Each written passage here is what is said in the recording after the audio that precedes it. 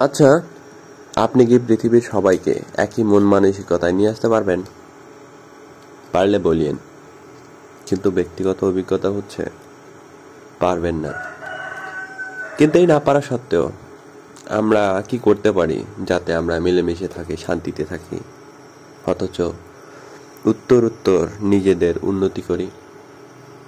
আমি বলবো সহিষ্ণুতা। কারণ এটা বাস্তবতা আর কি।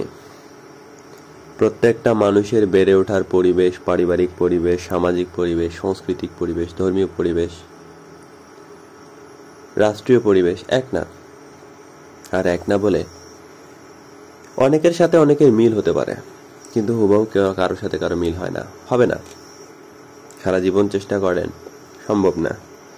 এমনকি মানব জাতি যতদিন টিকে থাকবে ততদিনও সম্ভব না। কিন্তু মৌলিক কিছু বিষয়ে আমরা এক জায়গায় আসতে পারি, তা আবার হুবাহু হয়তো নয়, কিছুটা স্বস্তি ও শান্তি দেয় সেই উদ্দেশ্যে।